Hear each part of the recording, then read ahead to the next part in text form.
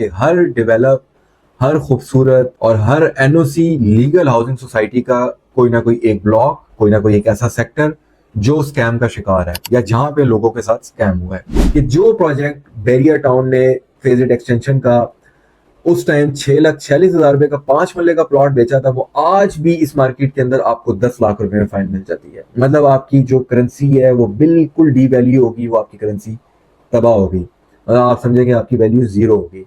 मैं समझता हूँ कि अल्लाह पाक जब किसी को इज्जत देता है तो उस इज्जत को, उस पैसे को और उस बुलंदियों को संभाल के रखना और उसमें शुक्रगुजारी करना ये बहुत बड़ी बात है। जबकि मैं समझता हूँ कि एनएमसी ने इस तरह की कोई हरकत नहीं की और जिस तरह एनएमसी के पास पैसा आता गया, इन्होंने अपने सारे किए हुए वादे तोड़ दिए। नाइंसाफी ये है कि आपके पास लैंड ही ना हो और आपने प्रोजेक्ट को डिलीवर ना किए और आप फिर उसके ऊपर डेवलपमेंट चार्जेस लगा दें, ये नाइंसाफी है। नाउ मोस्ट फेमस प्रोजेक्ट जिसकी पूरे पाकिस्तान में एक हाइप है, किसी वक्त में पॉजिटिव हाइप होती थी, अब लानते और बद्दुआएं और गालियों के साथ हाइप है। मैं समझता हूँ इसमें कसूरवार वही है। शायद उन्होंने ब्लू वर्ल्ड सिटी बेच के पीआई खरीद लिया है और मजीद इनके कुछ इस तरह के काम करने के इरादे हैं। और मजे की बात यह है कि इस टाइम गवर्नमेंट भी थी, इनकी अपनी है, मगर आज तक ये एक कनाल की भी एनओसी लेके नहीं आ सका। मुझे लगता है आने वाले 100 सालों में भी शायद इनके पास एनओसी ना हो। अगर ले आए तो ये मैं समझता हूँ कि इनकी ईमानदारी और इनकी एक जिम्मेदारी है।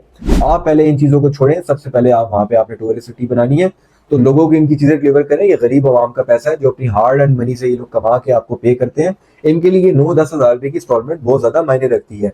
जो ऐसी औरतें हैं, जो ऐसे बेचारे लोग हैं जिनकी बहुत थोड़ी लो इनकम है, अपना पेट काट के आपको इंस्टॉलमेंट दी है और उस पर आपका जुल्म कि आपने इतने हैवी किस्म के उस पर डेवलपमेंट चार्जेस और सरचार्जेस लगाना शुरू कर दिए कि देख के दिल आंसू से रोता है। कि अल्लाह पाक किसी को इज्जत दे, किसी को अल्लाह पाक रुतबा या पैसा दे, तो कम से कम वो उन लोगों का जरूर ख्याल रखें जिनकी सपोर्ट से वो आगे गए हैं। आप इन्हीं क्लाइंट्स की सपोर्ट से आगे गए हैं, इनका जरूर ख्याल रखें। खिलाफत उस्मानिया के आप दावे करते हैं, इस्लाम का आप नाम और परचम बोलबाला करने की बातें करते हैं, तो इस्लाम के अंदर सबसे जरूरी या सबसे इंपॉर्टेंट बात यह है कि अपने वादे की मुकम्मल तौर पर पासदारी करें। वादा खिलाफ करने वाले को इस्लाम में पसंद नहीं किया गया।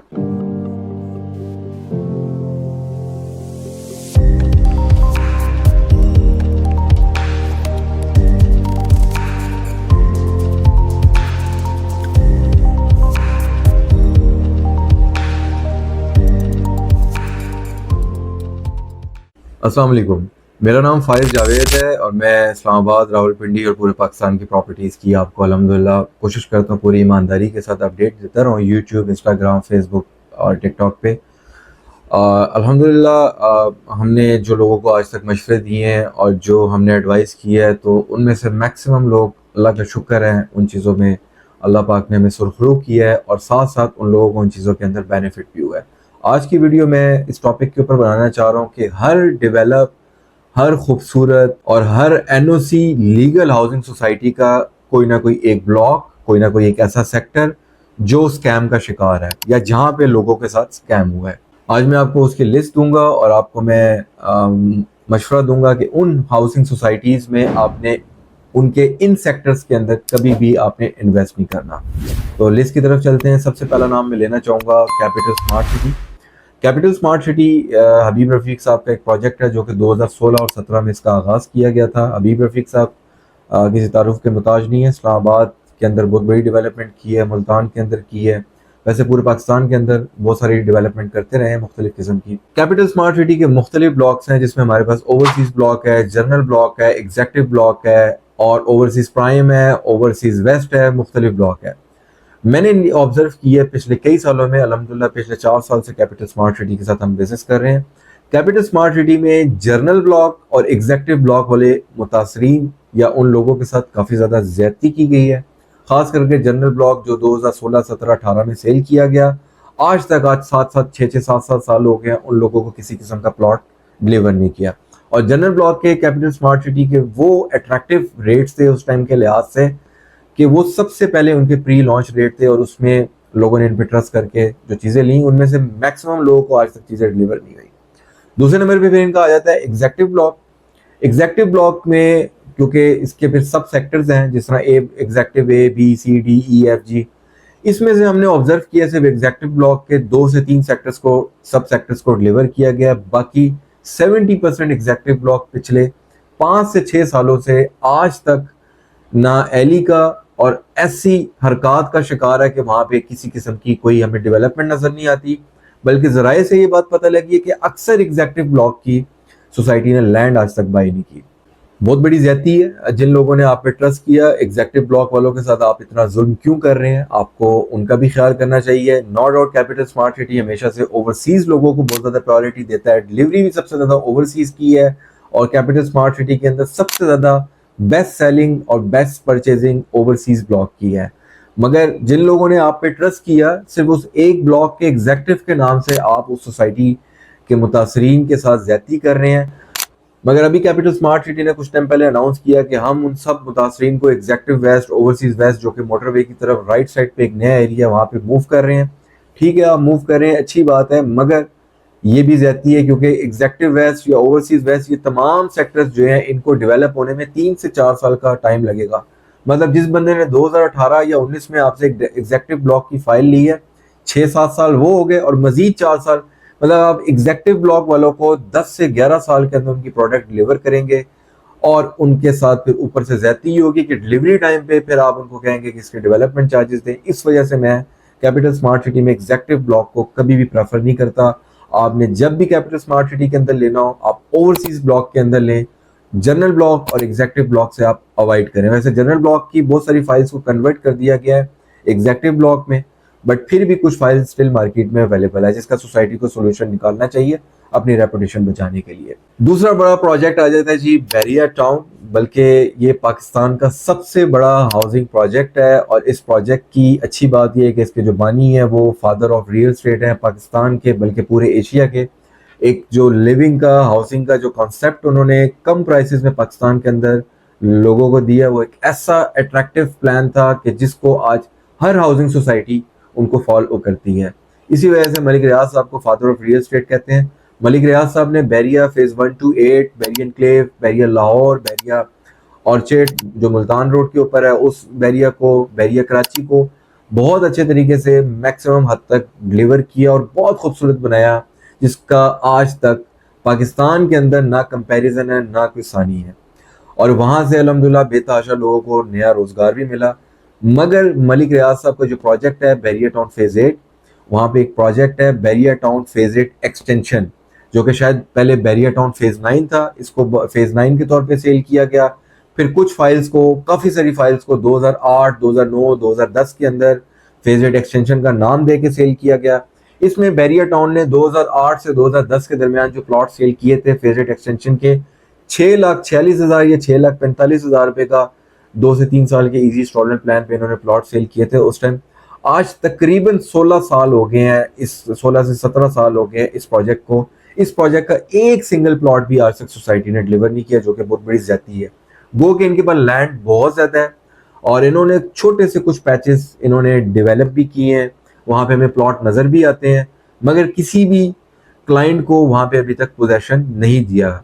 आज 17 साल हो गए हैं। और दूसरी बात, 17 साल हो गए, ऊपर से बड़ी ज्यादती क्या कि जो प्रोजेक्ट बैरिया टाउन ने फेज 8 एक्सटेंशन का उस टाइम 6,46,000 रुपए का 5 मरले का प्लॉट बेचा था, वो आज भी इस मार्केट के अंदर आपको 10 लाख रुपए में फाइल मिल जाती है। मतलब आपकी जो करेंसी है वो बिल्कुल डी वैल्यू होगी, वो आपकी करेंसी तबाह हो गई, मतलब आप समझेंगे आपकी वैल्यू जीरो होगी।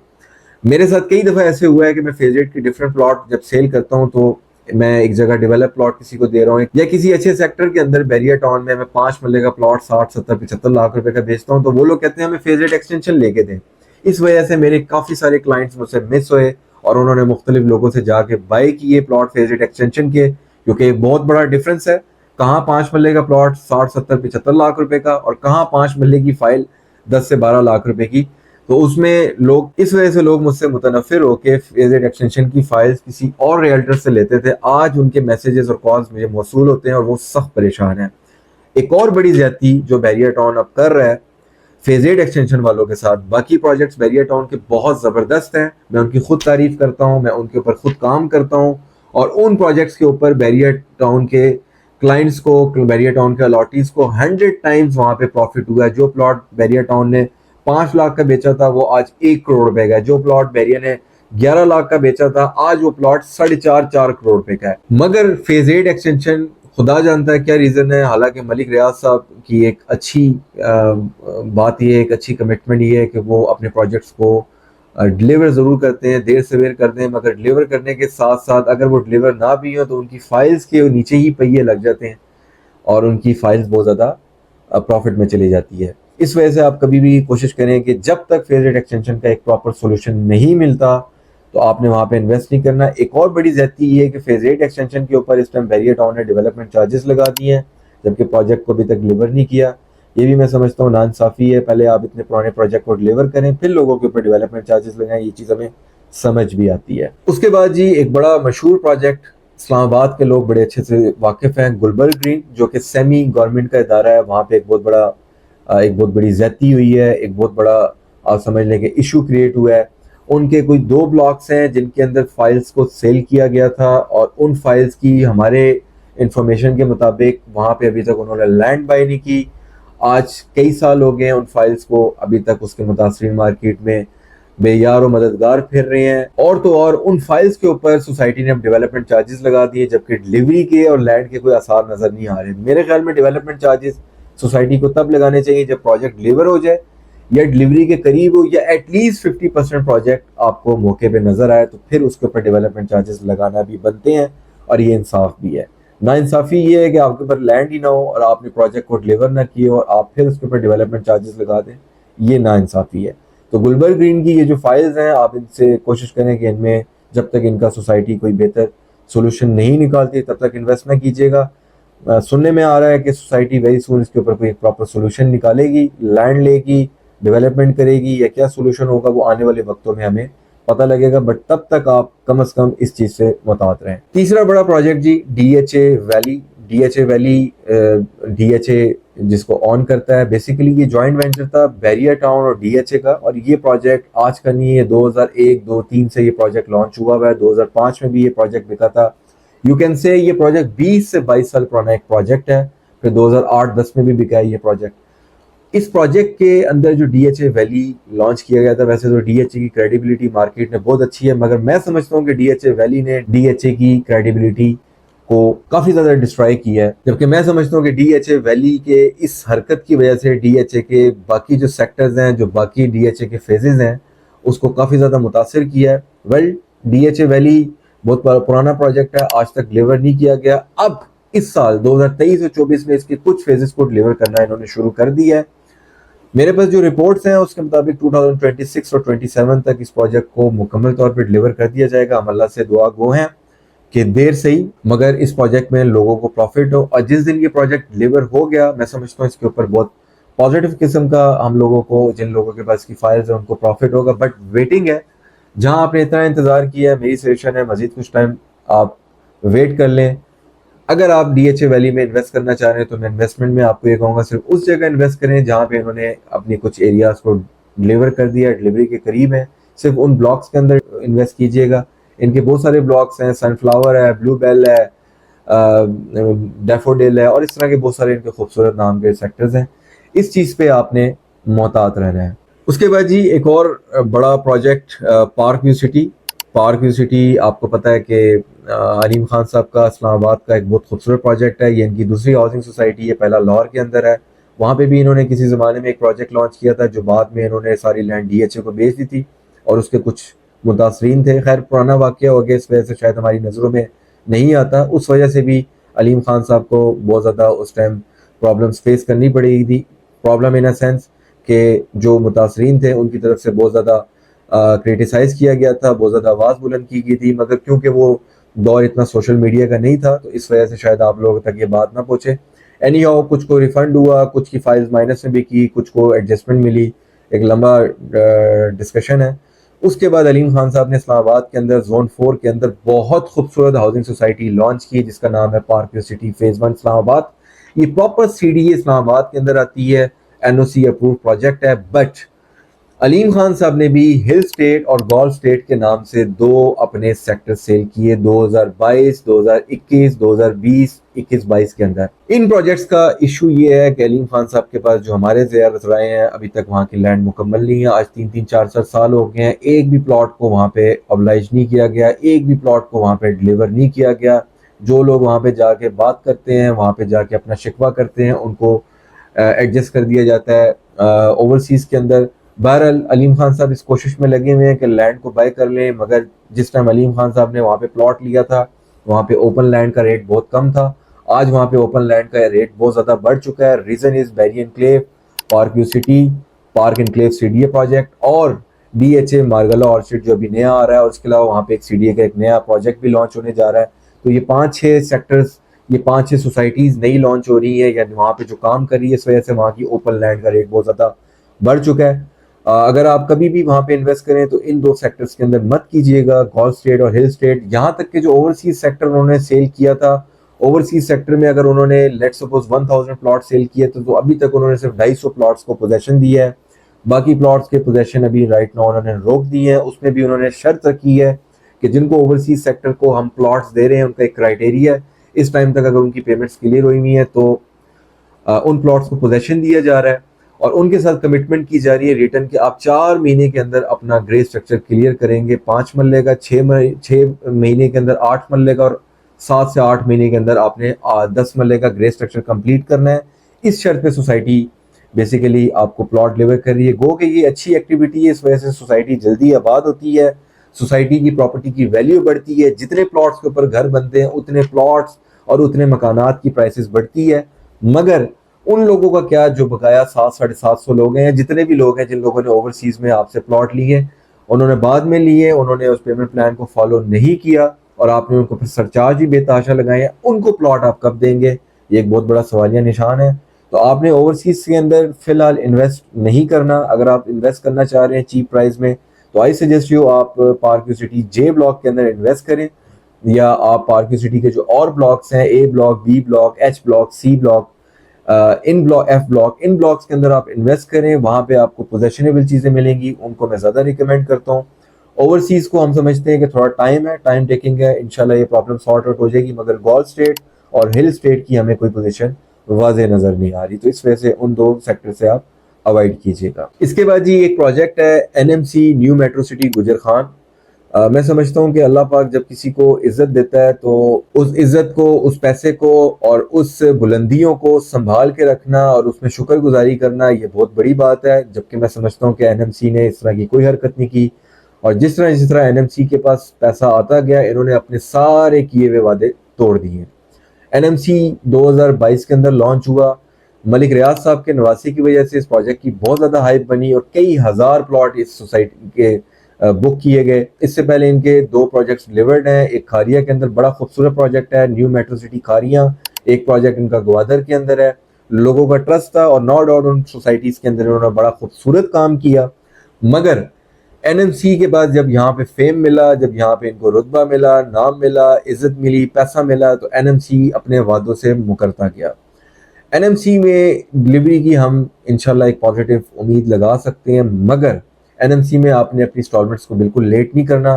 कोशिश करें कि अपने प्लॉट्स को और ड्यूज क्लियर करवा के आगे के ब्लॉक्स की तरफ ले आएँ, अर्ली बर्ड पे ले आएँ, ए साउथ में ले आएँ, या बी ब्लॉक के जो स्टार्ट के एरियाज हैं या डेवलपमेंट चल रही है वहाँ पे अपने प्लॉट्स को कन्वर्ट कर लें। बजाय ये कि आप अपनी इंस्टॉलमेंट्स आराम आराम से दें तो वो आप बाद में परेशान होंगे।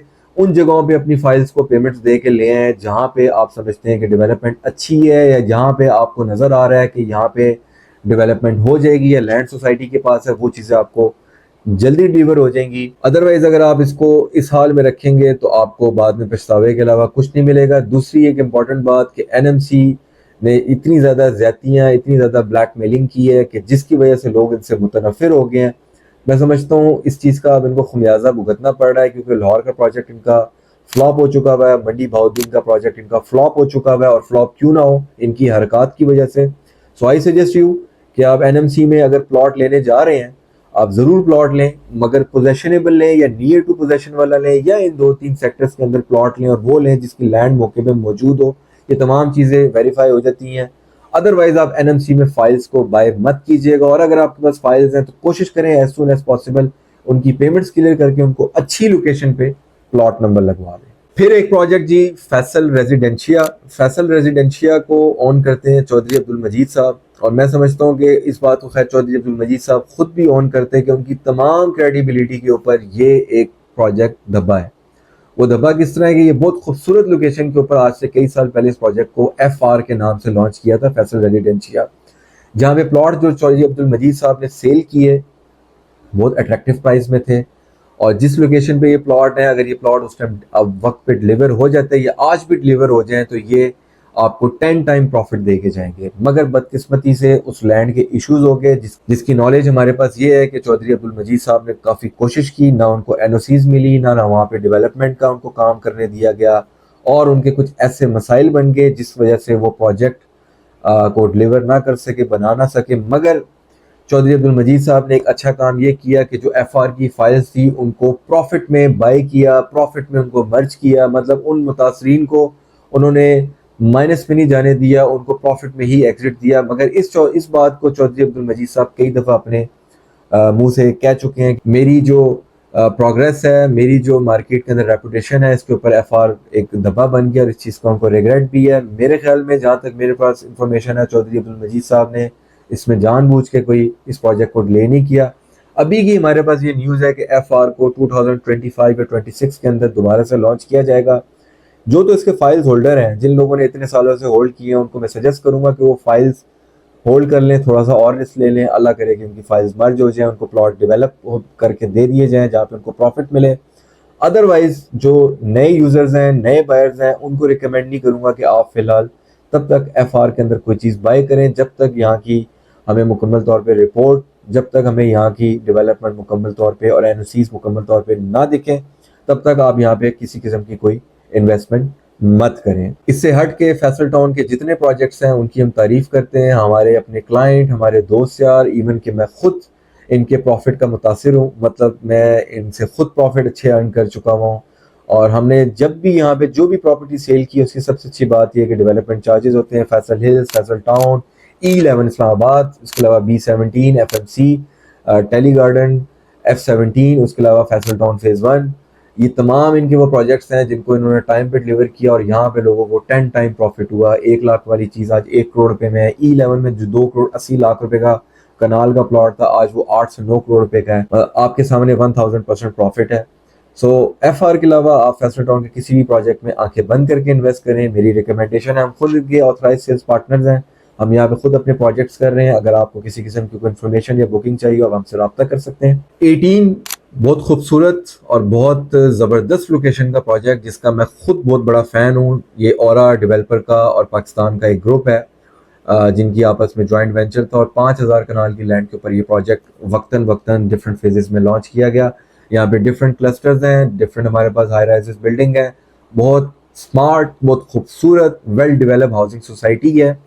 18 की लोकेशन श्रीनगर हाईवे पे है। मोस्ट एक्सपेंसिव प्रोजेक्ट है, मतलब ये इन्होंने टोटल हाई क्लास कम्युनिटी को टारगेट किया। बट 18 ने 2021 तक काम बहुत अच्छा किया, बहुत अच्छी डेवलपमेंट की, बहुत अच्छी चीज़ें डिलीवर की। वो कि उनकी जो अपनी पर्सनल विलाज उन्होंने लॉन्च किए, उसकी कंस्ट्रक्शन क्वालिटी से मैं इतना मुतासर नहीं हूँ, मगर उस सोसाइटी की लोकेशन, उसकी डेवलपमेंट बहुत खूबसूरत है। ये दावा करते थे कि हम जो सोसाइटी लॉन्च कर रहे हैं, इस सोसाइटी के अंदर 16% एरिया के ऊपर कंस्ट्रक्शन की जाएगी, बाकी 84% एरिया उसको वेस्ट किया जाएगा, जिसमें ग्रीनरी होगी हमारे पास, जिसमें गोल्फ क्लब होगा, state of the art 18 PGA certified golf club ये लोग बना चुके हुए हैं। हमारे पास इंफ्रास्ट्रक्चर होगा, हमारे पास सिक्योरिटी नेटवर्क होगा, और बहुत इस तरह की एक्टिविटीज़ होगी, और ये चीज़ें हमें वाकई में नज़र आती हैं। मगर 2022 के बाद इन लोगों ने, या 21 के एंड में, जो इन लोगों ने क्लस्टर, जो विलास, जो अपार्टमेंट्स की बिल्डिंग इन लोगों ने सेल की, आज तकरीबन 2 से 2.5 साल हो गए, वहाँ पे हमें किसी किस्म की कोई डेवलपमेंट होती हुई नज़र नहीं आ रही। और उसमें से काफ़ी सारे लोगों की पेमेंट 70-80% 90% कंप्लीट हो चुकी हुई है। 18 ये दावा करता है कि आने वाले वक्त में हम इसको शुरू करेंगे, मगर फिलहाल 18 में मुझे नहीं लगता कि ये जो नॉन डेवलप क्लस्टर्स हैं इनको इतना जल्दी स्टार्ट किया जाएगा। गो के इनकी ये रिस्पॉन्सिबिलिटी है, इनके ऊपर लाइबिलिटी है, करेंगे, हमें भी यकीन है, बट राइट नाउ कब करेंगे इस चीज़ की कोई गारंटी नहीं है। अगर आप 18 में कुछ इन्वेस्टमेंट करना चाह रहे हैं तो उन जगहों पे इन्वेस्ट करें जो इसके डेवलप क्लस्टर्स हैं, जिनके स्ट्रक्चर्स बन रहे हैं या अंडर कंस्ट्रक्शन है या बन चुके हुए हैं, या जिनकी डिगिंग होकर थोड़ी सी कंस्ट्रक्शन बाहर की तरफ आ चुकी है, उन चीज़ों को ये टाइमली डिलीवर कर देंगे। अदरवाइज उन क्लस्टर्स में, उन ब्लॉक्स में, उन प्लॉट्स पे, उन विलास के ऊपर आप मत इन्वेस्ट करें कि जो आपको पता है कि उस साइट पे उनको डेवलप नहीं किया। 18 ने प्लॉट्स भी लॉन्च किए हैं, 10 मरला कनाल, 2 कनाल के रहायशी प्लॉट हैं, 2.5 कनाल तक हैं, वो भी अट्रैक्टिव ऑप्शन है। उनको भी मुझे उम्मीद है कि टाइमली डिलीवर कर दिया जाएगा। मगर जो इनके विलाज हैं, जो इनकी हाई राइजेस बिल्डिंग है, उनमें एक हमें डिले देखने को मिल रहा है, तो आप अवॉइड कीजिएगा। नाउ मोस्ट फेमस प्रोजेक्ट जिसकी पूरे पाकिस्तान में एक हाइप है, किसी वक्त में पॉजिटिव हाइप होती थी, अब लानते और बद्दुआएं और गालियों के साथ हाइप है। मैं समझता हूँ इसमें कसूरवार वही हैं। शायद उन्होंने ब्लू वर्ल्ड सिटी बेच के पीआई खरीद लिया है और मजीद इनके कुछ इस तरह के काम करने के इरादे हैं। सोसाइटी बहुत खूबसूरत डेवलप कर रहे हैं, इस चीज़ को हम मानते हैं। और सोसाइटी के अंदर 26 डिस्ट्रिक्ट तक इन्होंने लॉन्च कर दिया, डिस्ट्रिक्ट 26 तक, जिसमें डिलीवर शायद डिस्ट्रिक्ट 1 या डिस्ट्रिक्ट 2 है। इस सोसाइटी का नाम है ब्लू वर्ल्ड सिटी। और मेरे ख्याल में जितने लोग मेरी वीडियो देख रहे हैं उसमें से 70-80% इसके मुतासिर होंगे। हम ब्लू वर्ल्ड सिटी को डे फर्स्ट से मना करते थे और आज भी मना करते हैं। एक तो इलीगल है, और मज़े की बात यह है कि इस टाइम गवर्नमेंट भी थी, इनकी अपनी है, मगर आज तक ये एक कनाल की भी एनओसी लेके नहीं आ सके। और मुझे लगता है आने वाले 100 सालों में भी शायद इनके पास एनओसी ना हो। अगर ले आए तो ये मैं समझता हूँ कि इनकी ईमानदारी और इनकी एक जिम्मेदारी है। ब्लू वर्ल्ड सिटी 2016, 17, 18 से बेचा जा रहा है, 2017 और 18 से बेचा जा रहा है, 2024 चल रहा है। इन्होंने बहुत चीप प्राइस पे ऐसी अट्रैक्टिव प्राइसेस दी, जिन प्राइसेस में इन्होंने 10,000, 12,000, 9,000, 15,000 पे महीना इंस्टॉलमेंट पे इन्होंने प्लॉट्स लॉन्च किए। इन्होंने लोअर मिडिल क्लास और लोअर क्लास को इन्होंने टारगेट किया है, जिनकी इनकम 40-50 हज़ार रुपये के अंदर है, जो महीना 9, 10, 11 हज़ार रुपये सेव करते थे। मगर डिलीवरी इनकी अगर देखी जाए तो मेरे ख्याल में टोटल प्रोजेक्ट पे इन्होंने सिर्फ 10% डिलीवर किया है। ओवरसीज़ ब्लॉक, जनरल ब्लॉक, उसके अलावा इनका स्पोर्ट्स वैली, इसके अलावा इनका वाटर फ्रंट, पता नहीं कौन कौन से इनके ब्लॉक्स हैं। बट डिलीवरी इनके पास जस्ट 2 ब्लॉक्स की है, और उसमें से एक ब्लॉक का नाम डिस्ट्रिक्ट 1 है और शायद दूसरे का नाम डिस्ट्रिक्ट 2 है। उसके अलावा ब्लू वर्ल्ड सिटी ने आज तक किसी किस्म की कोई डिलीवरी नहीं दी, और नज़र नहीं आता कि डिलीवरी कर देने के इरादे से। अलबत्ता इन्होंने अभी एक नया शोएब अख्तर इनक्लेव के नाम से एक प्रोजेक्ट लॉन्च किया, जिसकी शोएब अख्तर साहब खुद कमिटमेंट कर रहे हैं कि मैं ये प्लॉट डिलीवर करवा के दूंगा। बहुत एक्सपेंसिव प्लॉट है, शायद डिलीवर हो जाए। बट आई सजेस्ट यू कि अगर आप ब्लू वर्ल्ड सिटी में इन्वेस्ट करना चाह रहे हैं तो या तो इनकी स्पोर्ट्स वैली में इन्वेस्ट कीजिएगा अगर इंस्टॉलमेंट पे कुछ लेना चाहते हैं, या फिर आप शोएब अख्तर इनक्लेव में कुछ इन्वेस्ट कीजिएगा। अदरवाइज जो इनकी रीसेल फाइल्स हैं, जो ओवरसीज ब्लॉक हैं, जो इनका वाटर फ्रंट है, जो इनका जर्नल ब्लॉक है, जो इनका एग्जेक्टिव ब्लॉक है, यहाँ पे बिल्कुल भी इन्वेस्ट ना कीजिएगा। और अगर आपको बहुत ज़्यादा इन्वेस्ट करने का शौक है तो इनके जो डेवलप पोजेशनेबल प्लॉट हैं डिस्ट्रिक्ट 1 या डिस्ट्रिक्ट 2 के, उनको आप बाय कर लीजिएगा, या सोसाइटी खुद जो अपने ऑथराइज डीलर्स को इन्होंने प्लॉट्स दिए हुए हैं पोजेशन वाले, उन प्लॉट्स को आप बाय कर लीजिएगा प्लॉट नंबर के साथ, वो ठीक है। अदरवाइज जो मैंने आपको सेक्टर्स बताए हैं, इनमें इन्वेस्ट करने से पहले 10 दफ़ा सोचिएगा। ये वो प्रोजेक्ट्स हैं, शायद आपको, ये वो सेक्टर्स हैं जो शायद आपको अगले 10 साल भी डिलीवर ना हो। आज ब्लू वर्ल्ड सिटी के ये हालात हैं कि इनकी जिस फाइल के अंदर 1 लाख रुपए जमा है, वो मुश्किल से 20,000 रुपये की भी नहीं बिकती। इनकी हरकत, इनके वादे, इनके दावे, खिलाफत उस्मानिया के दावे, खिलाफत उस्मानिया के वर्ड्स, बड़ी बड़ी बातें, पाकिस्तान का लॉन उतार देंगे, पीआईए खरीद लेंगे, फलां डिस्ट्रिक्ट बनाएंगे, बुर्जुल अरब बनाएंगे, बुर्ज खलीफा बनाएंगे, हम अमेरिका के तर्ज पर बिल्डिंग बनाएंगे, हाई राइज बनाएंगे, समंदर बनाएंगे। ये सारी वो चीज़ें हैं जिससे आवाम का कोई लेना देना नहीं है, क्योंकि उनके पास प्लॉट ही वहाँ पे नहीं है। आप पहले इन चीज़ों को छोड़ें, सबसे पहले आप वहाँ पे आपने टूरिस्ट सिटी बनानी है तो लोगों को इनकी चीज़ें डिलीवर करें। ये गरीब आवाम का पैसा है जो अपनी हार्ड एंड मनी से ये लोग कमा के आपको पे करते हैं। इनके लिए 9-10 हज़ार रुपये की इंस्टॉलमेंट बहुत ज़्यादा मायने रखती है। मेरे पास लिस्ट भरी पड़ी है कि ऐसी खवातीन, ऐसे बच्चे, ऐसे स्टूडेंट्स, ऐसी फैमिलीज जिन्होंने अपना गोल्ड बेच के यहाँ पे इन्वेस्टमेंट की, जो बेवाएं औरतें हैं जिनका कोई वाली वारिस नहीं है और ख़ुद मजदूरियाँ करके उन्होंने यहाँ पे इंस्टॉलमेंट्स दी हैं, जो ऐसी औरतें हैं, जो ऐसे बेचारे लोग हैं जिनकी बहुत थोड़ी लो इनकम है, अपना पेट काट के आपको इंस्टॉलमेंट्स दिए हैं, और उस पर आपका जुल्म कि आपने इतने हैवी किस्म के उस पर डेवलपमेंट चार्जेस और सरचार्जेस लगाना शुरू कर दिए कि देख के दिल आंसू से रोता है कि अल्लाह पाक किसी को इज्जत दे, किसी को अल्लाह पाक रुतबा या पैसा दे, तो कम से कम वो उन लोगों का ज़रूर ख्याल रखें जिनकी सपोर्ट से वो आगे गए हैं। आप इन्हीं क्लाइंट्स की सपोर्ट से आगे गए हैं, इनका ज़रूर ख्याल रखें। खिलाफत उस्मानिया के आप दावे करते हैं, इस्लाम का आप नाम और परचम बोलबाला करने की बातें करते हैं, तो इस्लाम के अंदर सबसे ज़रूरी या सबसे इम्पॉर्टेंट बात यह है कि अपने वादे की मुकम्मल तौर पे पासदारी करें।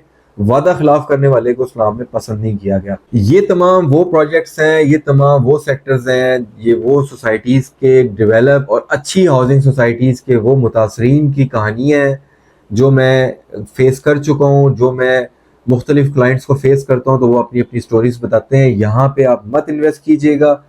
एटलीस्ट आपने जिस मर्जी से प्लॉट लेना है आप उनसे बुक कराइएगा, उनसे लीजिएगा, मगर कभी भी इन्वेस्ट करने से पहले, स्पेशली रावलपिंडी, इस्लामाबाद, लाहौर और दुबई में और कराची में इन्वेस्ट करने से पहले आप एक दफ़ा मशवरा हमसे ज़रूर ले लीजिएगा। हम इंशाल्लाह आपको वो मशवरा देंगे जिस मशवरे पे आपको फ़ायदा होगा, और ना सिर्फ आपको फ़ायदा होगा बल्कि आप इंशाल्लाह हमें अच्छी दुआ में याद रखेंगे। अपना बहुत ख्याल रखें। ऐसे टॉपिक्स हमें कमेंट्स के थ्रू या व्हाट्सएप करके बताया करें जिनके ऊपर आप बात करना चाहते हैं, जिनके बारे में आप बात उठाना चाहते हैं, या जिन चीज़ों या जिन प्रोडक्ट से आप मुतासरीन हैं, चाहे वो हाई राइजेज़ हैं, चाहे सोसाइटीज़ हैं, चाहे फाइल्स हैं, चाहे मकानात हैं, चाहे ओपन लैंड है, हमें ज़रूर बताया करें। हम पूरी कोशिश करेंगे कि ईमानदारी के साथ उन चीज़ों के ऊपर हम काम करें और लोगों तक उसकी अवेयरनेस अपनी वीडियोज़ के थ्रू पहुँचाएँ। अपना बहुत ख्याल रखें। अस्सलाम वालेकुम।